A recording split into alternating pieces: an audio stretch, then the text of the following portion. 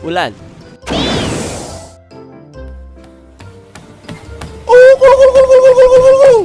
Subscribe! Alright, dahil wala naman akong gagawin ngayon, pasyal muna ako. Balita ko may bagong tourist spot daw ngayon eh.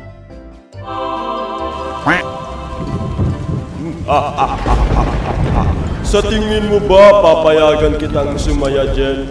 Hindi! Damn you. Ayaw nyo ba sa ulan? Kinakanta nyo ba to tuwing umuulan?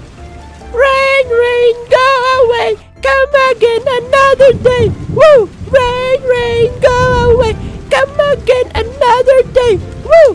Ako kasi na lumaki sa isang maulan na lugar, ayaw ko talaga sa ulan. Kasi hindi mo ma-enjoy yung lugar na gusto mong puntahan. Tapos pag pinilit mo pa lumabas, kahit may payong ka, basa naman sapatos mo. Ang mahirap pa dyan, kapag wala kayong blower or dryer, hirap ka magpatuyo ng damit. Yung brief mo na nare-reuse mo na lang side A, side B. Naaalala ko pa dati nung mga tambay kami ng mga tropa ko. Tuwing umuulan at hindi matuyo yung mga brief namin, nilalagay namin sa likod ng TV para matuyo. Yung iba naman, nilalagay nila sa bumbilya. Potek yan, naalala ko pa dati na pundi yung isang bumbilya ng bahay kasi hindi niya kaya patuyuin yung brief na basang-basa. Tapos yung iba naman, mga loko-loko. Yung nilagay mong brief mo sa TV, tatanggalin nila tapos ipapalit nila yung sa kanila. Mga hindi makapag-antay ang potek. Bakit namin nilalagay sa TV? Kasi sa mga hindi nakakaalam, hindi pa uso yung mga flat screen na TV. Uso dati yung may mga pet na TV. Doon sa likod ng TV, umiinit yon habang tumatagal. Minsan nga pinagtutulugan pa yan ng pusa kung may pusa kayo sa bahay nyo. Napansin nyo ba sa mga panood kapag malungkot yung senaryo, gumagamit sila ng ulan effects para mas maging malungkot pa yung scene?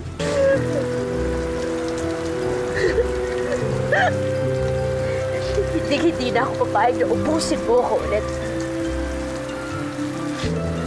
Dahil sa mga scene na yan, naitatak sa isip ko na kapag umuulan, parang ang lungkot-lungkot. Potek yan, minsan mapapa-imagine ka na lang ng mga madadrama na nangyari sa buhay mo. Hindi ako binigyan ng baon kahapon. I hate my life. I was born in the wrong world, at the wrong time, in the wrong country. Ayaw ko sa ulan, pero nung naalala ko yung childhood ko, nag-flashback yung mga masasayang senaryo nung bata pa ako. Marunong ba kayo gumawa ng paper boat? Uso to nung elementary days namin Tuwing umuulan, gumagawa kami ng mga paper boat. Tapos, ang ginagawa namin ay pinapaalod namin sa kanal. Minsan nga may paligsahan pa dyan Diba? Paunahan ng bangka, mabibisit ka pa nga dyan kapag madali masira yung bangka mo Kasi, papel lang yun.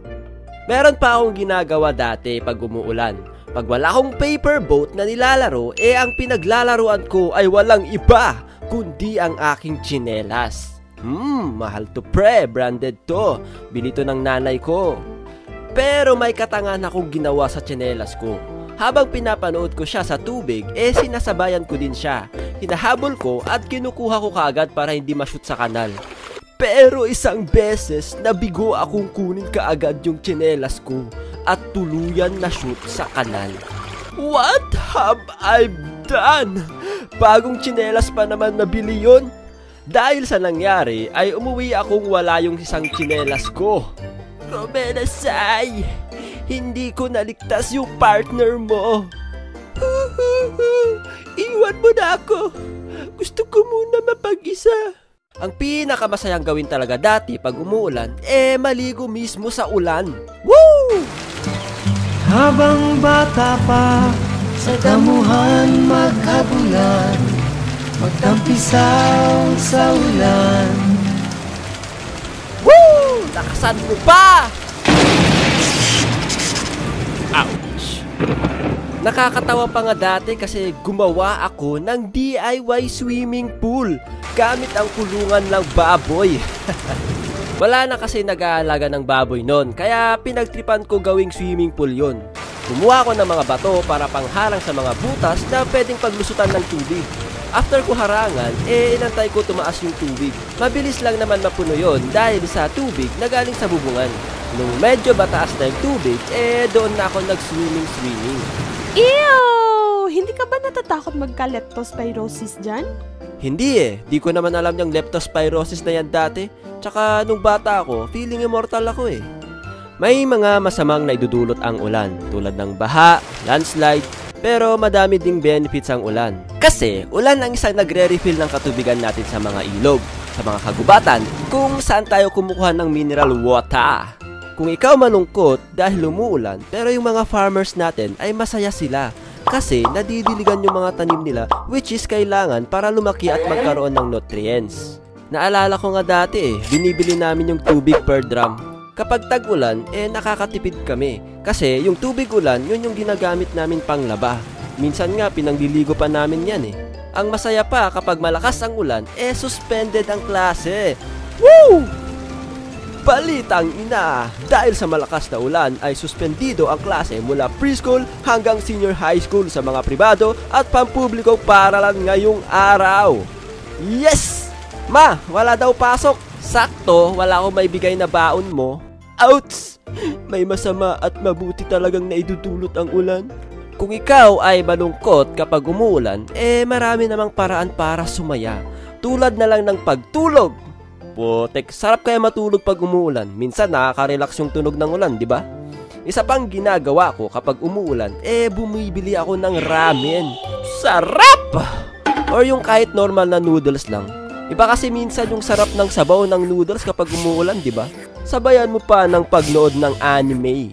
If gusto mo naman productive ka, try mo mag-practice mag-drawing. Yon, or magbasa ng libro. Magsulat ng kwento, di ba? Minsan nakakatulong din yung vibes ng ulan Kayo, anong mga trip nyo tuwing umuulan? Shoutout nga pala sa mga bumili ng merch natin dyan kay Stephanie Magbu, Dina Sumatra, Albatin Albin, Enrico Rarang, John Patrick Albero, Maricel Patrono, Vanessa, Camille Torres, and Donna Carion. Thank you guys.